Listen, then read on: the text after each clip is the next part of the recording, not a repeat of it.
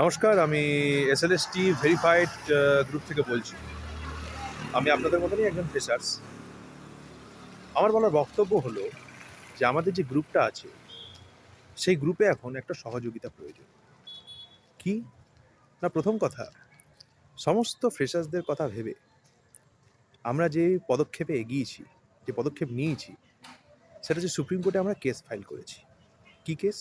না, প্রথমত এই প্যানেলে যারা যারা দাগি ঢুকে আছে তাদেরকে বার করা, এক্সপায়ারি অফ প্যানেল, আর ৭০-৭০ পেয়েও যারা চান্স পায় মেরিটে, তাদের নিয়ে আমরা মূলত তাদের প্রসঙ্গে তুলে ধরতে চাই সুপ্রিম কোর্টে। তো সেক্ষেত্রে আমাদের একজন ভালো লয়ার প্রয়োজন এবং তার জন্য ফান্ড প্রয়োজন।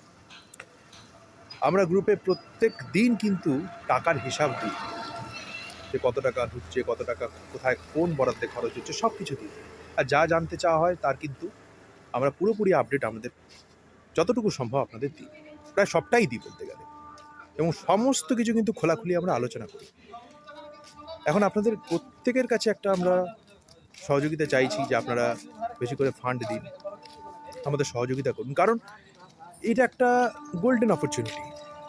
10 বছর পর এসএসসি হয়েছে এবং আমরা প্রত্যেকেই যোগ্য শিক্ষক, যোগ্য হবু শিক্ষক, মানে শিক্ষক হওয়ার যোগ্য। অনেক ভালো ভালো ছাত্রছাত্রী আছে যারা এই প্যানেলে আসতে পারেননি।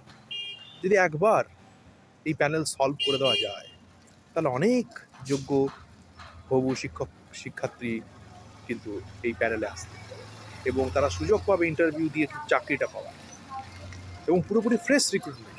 মানে ভবিষ্যতে কোনো চিন্তা থাকবে না যে তার চাকরিটা চলে যাচ্ছে। তা আপনাদের কাছে একান্ত অনুরোধ, আপনারা এগিয়ে আসুন, সহযোগিতা করুন, এবং একবার যদি আমরা এই কেসের একটা নৈতিক জয় পেয়ে যাই, তাহলে কিন্তু আমাদের সবার জন্য মঙ্গল, প্রত্যেকের জন্য মঙ্গল। আমরা সবাই সুযোগ পাবো ইন্টারভিউতে বসার, এবং সবাই নিজের নিজের মতন করে নিজের বেস্টটা দিয়ে কিন্তু চাকরিটা ছিনিয়ে নিতে পারবে। বাস এটুকুই আপনাদের কাছে অনুরোধ, আপনারা ভেবে দেখবেন। ধন্যবাদ।